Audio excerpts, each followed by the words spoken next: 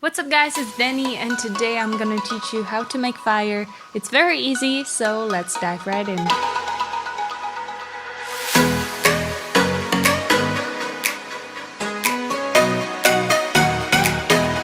Let's head to the After Effects and start new composition. Let's name it fire. My composition is set to the Instagram size, which is 1400, but you can go with 1920 and 1090. Let's hit OK. First, we're going to take a pen tool and draw a nice teardrop shape. It doesn't need to be perfect as we're going to apply some effects later.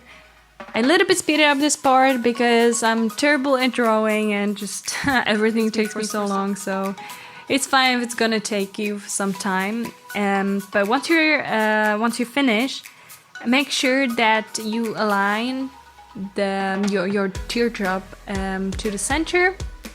And I changed the color for nice yellow, so it's fiery color, obviously. And once you're done, let's search for wave warp effect in effects and presets menu on the right and apply it to the teardrop.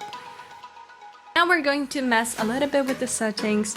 So I was sliding to left and right and I ended up about wave height 30 and wave width 160. Make sure that the direction is set to top so that the fire goes from the top, because you don't want a fire which goes from right or left. That would look a little bit weird. And yeah, so now we're going to duplicate the layer and we're gonna go to wave height of the shape layer 2 and we're gonna set the numbers to the opposite ones. So instead of 30 we had at the shape layer 1, we're gonna set it to -30 or -28 in my case. Also, I'm kind of squishing the shape layer 2, so it's much smaller than the shape layer 1. You're gonna see what's gonna happen. But yeah, now it's not really looking that it's doing much, but we're gonna alpha matte it, and that's gonna do all the magic for us. So let's alpha matte it, and ta-da! Well, it still doesn't look like a fire, but we're gonna get there. It's kind of hard to get it right for first time, so you can just play with it and adjust it until you're happy.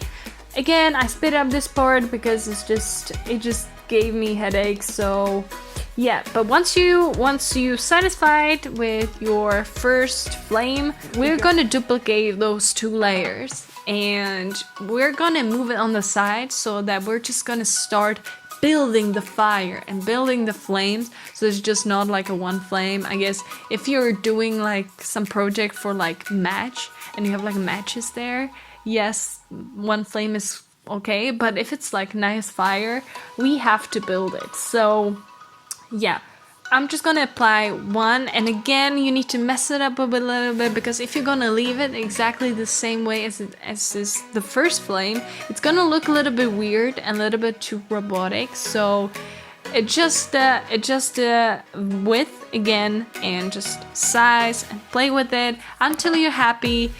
Again, it gives you a little bit headache, but it's worth it. And again, we're gonna duplicate it and put it on the other side. So we have like 3 flames, the biggest in the middle. And again, we're gonna play with it, adjusting it, and until we're happy.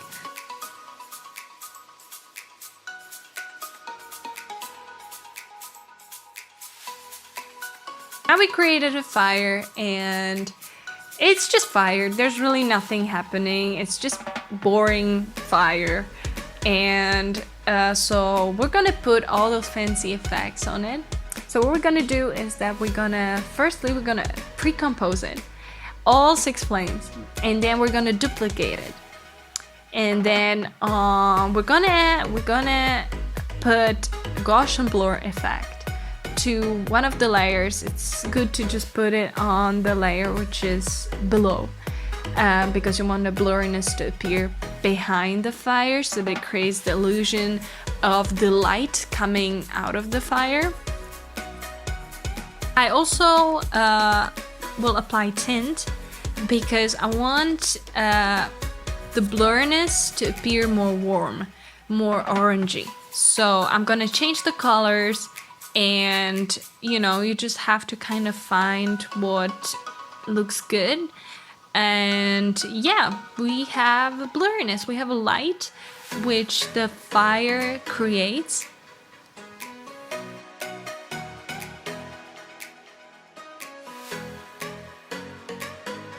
Next, what I like to do is to put a little bit of grain so that there's like a second motion happening. So what I'm gonna do is that I'm gonna grab a pen tool again, and I'm gonna draw like a square or like a shape around one flame. And I'm gonna make it again orangey colors so that there's like a different colors happening. And we're gonna put a bunch of effects on this shape layer.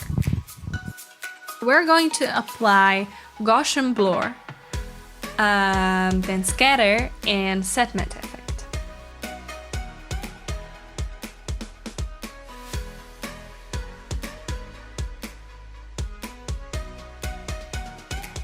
And first we're gonna set matte it to the fire so that only the shape, like the orange color, is visible on that one flame. Second, we gonna increase the blurriness and scatter, and that depends purely on you for which look you're going for, but make sure that you randomize every frame. That will create the illusion that it's moving. If you one tick it, it will not move. It will just be grainy, and that's it. And you're done. We have a nice fire.